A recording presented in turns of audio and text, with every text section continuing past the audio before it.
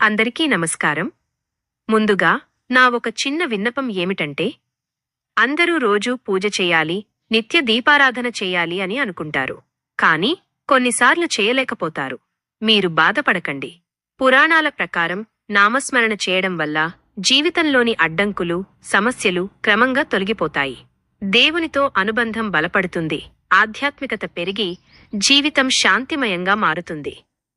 కాబట్టి మీ ఇష్టదైవం నామాన్ని 11 సార్లు జపించి, ఒకసారి ఆ నామాన్ని కామెంట్లో రాసి ప్రార్థించండి.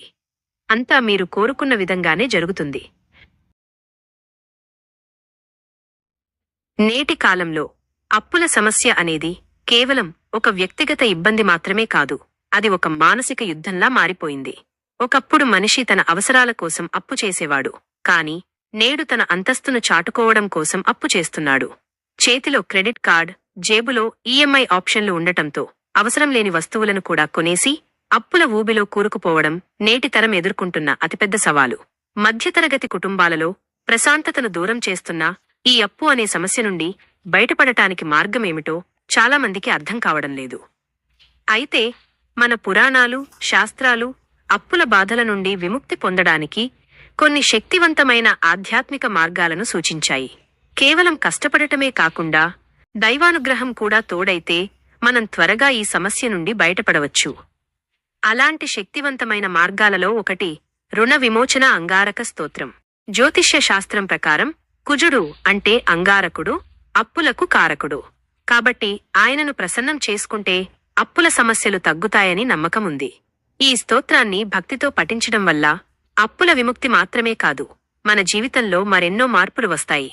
మనకు కొత్త ఆదాయ మార్గాలు కనిపిస్తాయి, భూమి సంబంధిత సమస్యలు తగ్గుతాయి, మనలో ధైర్యం, ఆత్మవిశ్వాసం పెరుగుతుంది, మానసిక ఒత్తిడి తగ్గుతుంది. ఈ స్తోత్రాన్ని ఎప్పుడు చేయాలి అనే ప్రశ్నకు సమాధానం చాలా సులభం. ప్రతిరోజు చదవవచ్చు, కానీ ముఖ్యంగా మంగళవారం రోజు చదవడం చాలా శుభప్రదం. ఉదయం స్నానం చేసిన తరువాత లేదా సాయంత్రం దీపారాధన సమయంలో ఈ స్తోత్రాన్ని కనీసం 11 సార్లు లేదా 21 సార్లు పఠించాలి. వీలైతే మంగళవారం రోజు ఎర్రటి పూలతో పూజ చేసి బెల్లం నైవేద్యంగా సమర్పించాలి. ఇది మన భక్తిని మరింత బలపరుస్తుంది. ఇప్పుడు ఒక చిన్న పురాణ కథ తెలుసుకుందాం. ఒక భక్తుడు తీవ్రమైన అప్పుల బాధతో జీవితం మీద విసుగు చెంది అంగారకుడిని ప్రార్థిస్తూ తపస్సు చేశాడు. అతని భక్తికి మెచ్చిన అంగారకుడు ప్రత్యక్షమై తనను స్తుతించేవారికి అప్పుల నుండి విముక్తి కలిగిస్తానని వరమిచ్చాడు. ఆ భక్తుడు ఈ స్తోత్రాన్ని భక్తితో పఠించడం ప్రారంభించగా కొద్ది రోజుల్లోనే అతని పరిస్థితి మారిపోయింది. అతని అప్పులు తగ్గిపోయి అతనికి ఆర్థిక స్థిరత్వం వచ్చింది. ఈ కథ మనకు ఒక గొప్ప సందేశాన్ని ఇస్తుంది. దైవభక్తి మనకు మార్గం చూపిస్తుంది, కాని ఆ మార్గంలో నడవాల్సింది మనమే. నేటి ఆధునిక జీవితంలో ఈ స్తోత్రం కేవలం ఆధ్యాత్మిక సాధన మాత్రమే కాదు, అది ఒక మానసిక శక్తి. ఈ స్తోత్రాన్ని పఠించడం వల్ల మనలో క్రమశిక్షణ పెరుగుతుంది, మన ఆలోచనలు స్పష్టంగా మారుతాయి. అప్పులను ఎలా తీర్చాలి అనే దానిపై మనకు క్లారిటీ వస్తుంది. కానీ ఒక విషయం గుర్తుంచుకోండి, పూజ మాత్రమే చేస్తే సరిపోదు, మన అలవాట్లు కూడా మార్చుకోవాలి. అనవసర ఖర్చులను తగ్గించుకోవాలి, కొత్త అప్పులు చేయకుండా ఉండాలి. మన ఆదాయం, ఖర్చులపై స్పష్టమైన అవగాహన ఉండాలి. అప్పు నుండి బయటపడటానికి మీరు ఈరోజే 5 నిర్ణయాలు తీసుకోండి. మొదటిగా, వచ్చే మంగళవారం నుండి స్తోత్ర పఠనం ప్రారంభించండి. రెండవది, మీ మొత్తం అప్పు ఎంత ఉందో ఒక డైరీలో రాయండి. మూడవది, అనవసర ఖర్చులకు నో చెప్పడం ప్రారంభించండి. నాలుగవది, అధిక వడ్డీ ఉన్న అప్పులను ముందుగా తీర్చే ప్రయత్నం చేయండి. ఐదవది, మీ ఆదాయం పెంచుకునేలా కొత్త నైపుణ్యాలను నేర్చుకోండి. అప్పులు ఒక రోజులో తీరవు, అది ఒక ప్రయాణం. ఈ ప్రయాణంలో మీరు విసుగు చెందకూడదు. ప్రతి చిన్న అడుగు కూడా మిమ్మల్ని విజయానికి దగ్గర చేస్తుంది. పురాణాలు మనకు చెప్పే గొప్ప సత్యమేమిటంటే, కృషి ఉంటే మనిషి దైవంతో సమానం.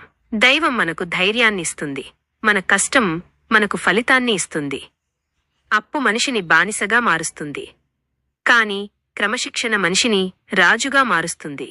మీరు ఈ రోజు తీసుకునే చిన్న నిర్ణయాలు మీ రేపటి జీవితాన్ని పూర్తిగా మార్చగలవు. కాబట్టి ఆలస్యం చేయకుండా ఈ రోజే ప్రారంభించండి. దైవాన్ని నమ్మండి, మీ మీద మీకు నమ్మకం పెట్టుకోండి. మీరు ఖచ్చితంగా అప్పుల నుండి విముక్తి పొందుతారు.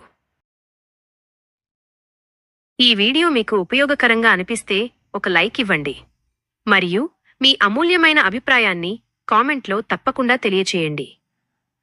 అలాగే ఈ వీడియోను మీ స్నేహితులకు, బంధువులకు, పొరుగువారికి షేర్ చేయండి. మా ఓంకారం ఛానల్ను సబ్స్క్రైబ్ చేయడం మర్చిపోకండి. బెల్ ఐకాన్ నొక్కండి. అప్పుడు వీడియో పెట్టిన వెంటనే మీకు నోటిఫికేషన్ లభిస్తుంది. మరి ఇంకో మంచి దైవ పరిహారంతో మళ్ళీ కలుద్దాం. అంతవరకు సెలవు. సర్వే జనాః సుఖినో భవంతు. ధన్యవాదాలు. నమస్కారం.